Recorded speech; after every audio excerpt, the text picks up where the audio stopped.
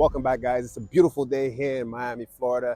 As you guys can see, in today's video, I'm going to be talking about 3 watch-related topics, and I want you guys to get involved in this video and any of my videos. Guys, feel free to share your opinion. Whether you agree with me or you disagree, share your opinion and let me know why you agree or why you disagree. I'm a firm believer in free speech, guys, so in my videos, comment. If it makes sense, trust me, I'll give it a thumbs up. Even though I disagree with you, I'll still give it a heart, give it a thumbs up. And that's what it's all about. That's why I want my channel to be a place where we could talk watches and talk any other topics, and just feel free to share our opinions. So guys, it's kind of hot out, so we're just gonna go for a ride. And we're gonna talk about these 3 topics that I think you guys will enjoy. So before we get into the video, give it a thumbs up. Subscribe if you haven't subscribed yet, and turn your notification on so you can know whenever I post videos like these. And guys, let's get into it.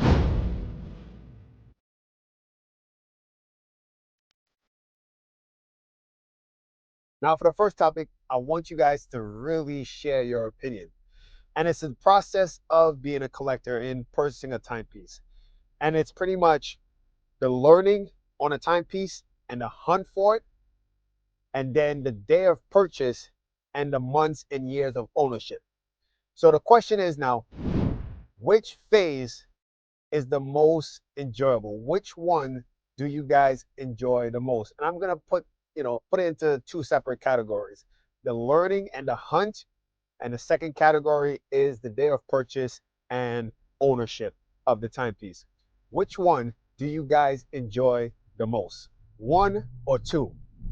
And I'm gonna let you guys know the one that I enjoy the most. And some of you guys may already know. It's the learning about a timepiece and the hunt for it, especially the timepieces that I go after when it's vintage timepieces. The modern ones, the hunt is pretty much, waiting on your AD or just buying it on the secondary gray market. But for me, I love the learning part and the hunt to try and find a good example timepiece, whether it's an Omega Constellation, an Omega Seamaster, a Rolex Datejust, a Rolex Submariner. I enjoy that part. Learning about it, whether it's the movement, the different markings that may be on the dial, just different things. There's so many things to learn about a timepiece. I just enjoy that part of it, and the actual hunt to get a good example. So guys, comment that down below. And something I've realized, especially with this topic, is it's usually seasoned collectors, people who've been buying watches for a long time, are the ones that enjoy mostly the learning and the hunt for the timepiece. Because I'll even admit myself, when I first started in getting into watches and collecting, I just enjoy the buying. Just buying the timepiece, that excitement, that rush, and then putting on your wrist, and the first couple of weeks of wearing it, going to work, going to the office and things like that. That part was enjoyable more than the hunt and the learning.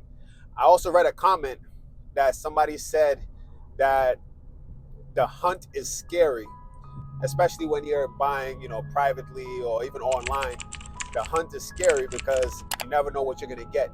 With so many fakes out there, it's a rough, territory to buy a timepiece that's gonna be great that you're not gonna get ripped off on. So I do understand that point. And I responded to that comment, and I said, once it comes to a point where you're a seasoned collector, you know what to look for, and you do all your learning and education on a timepiece, the hunt becomes fun. It becomes the most fun when it comes to this whole watch collecting hobby. So I want you guys to comment down below, share your opinion on this topic. Let me know which phase in the collecting process you guys enjoy the most. Is it the learning and the hunt, or is it the day of purchase and ownership of the timepiece? Comment down below. Guys, is it just me, or is it that every time you hop in your car these days, every time you hop in, you literally have to go to a gas station that day? For some reason with this car, every day I have to put gas in it, or every other day. I'm just being a little extra. It's ridiculous. Like, anytime you step out today, you walk out, you have to spend a minimum of $50 or $100 minimum every day. He ain't lying. It's getting to be ridiculous how much money you spend on a daily basis just to live basic today. Damn. Comment down below on that.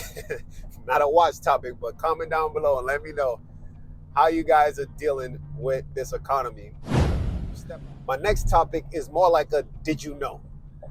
And it's did you know that the timepiece you're wearing have the same movement as some other pieces out there that you may not even like? For example, for Rolex fanboys out there, typically you guys go after the Rolex Submariner date, right? That's like the grill watch for a lot of people. It's not a grill watch, but like a watch that most people like to pick up over a Rolex Datejust.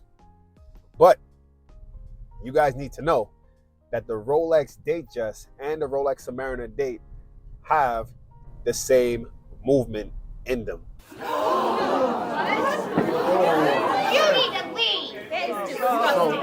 So literally, when you buy a Submariner date, you're pretty much paying a premium for the case, the exterior, the chassis. I don't know. That's it. The movement on the inside, which is, I guess, really important, timekeeping, is the same as the Datejust. So many watches out there, like even the watch on my wrist right now, this Omega Constellation.